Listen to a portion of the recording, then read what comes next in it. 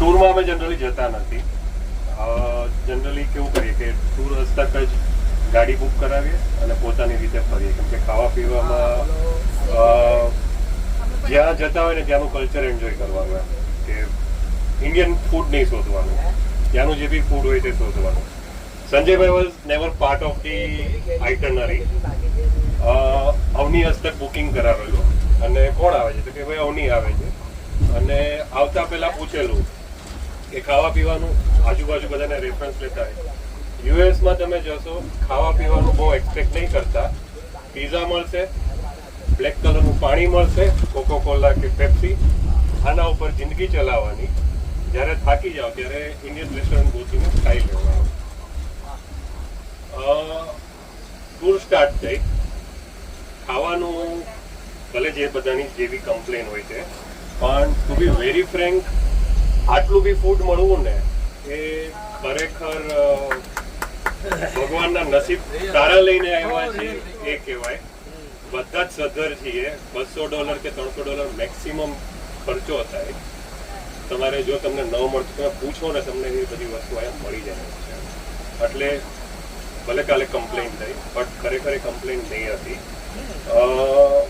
બીજું કે બેકગ્રાઉન્ડમાં આપણને ન ખબર હોય તો એવરી ડે આગલા દિવસે મેનુ ચેન્જ કરવામાં આવતું કે ભાઈ અમને ઇન્ડિયન ફૂડ જોઈએ છે, અમને કશેથી ઇન્ડિયન ફૂડ ગોતી આપો. સો ફોર અ પર્સન કે કાલે લંચ છે, આજે રાતે તમારે કોઈને કહીને તમારે લંચ ગોઠવવું અથવા તો લંચના ટાઈમે ડિનર ગોઠવવું, ઇન્ડિયન ફૂડ ગોઠવવું એ ખરેખર ટાસ્કની વસ્તુ છે.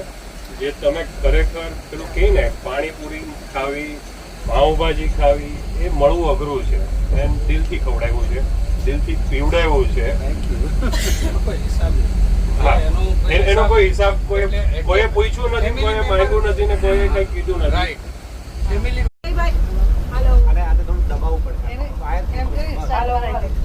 સંજયભાઈ ની ટૂર જેવી કોઈ ટૂર નહીં. જવું હોય તો સંજયભાઈ ની ટૂર માં જ, બાકી કોઈ ટૂર માં જવું નહીં. બરાબર ને? ના ખરેખર સંજયભાઈ ને અવનીએ જે ધ્યાન રાખ્યું છે અમારું બધાનું, એક પર્સનલી ના ખરેખર બધાને જ પૂછ્યું છે. જમવાનું હોય કે કંઈ પણ કોઈ તકલીફ અમને પડવા નથી દીધી.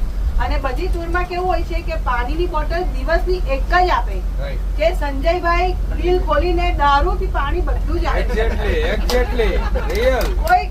કોઈ ટૂરમાં જોયું નથી કે આવું આપે. એમને નાસ્તાથી માંડીને જમવાનું બધું જ બહુ સરસ, 100 માંથી 100. ધન્યવાદ.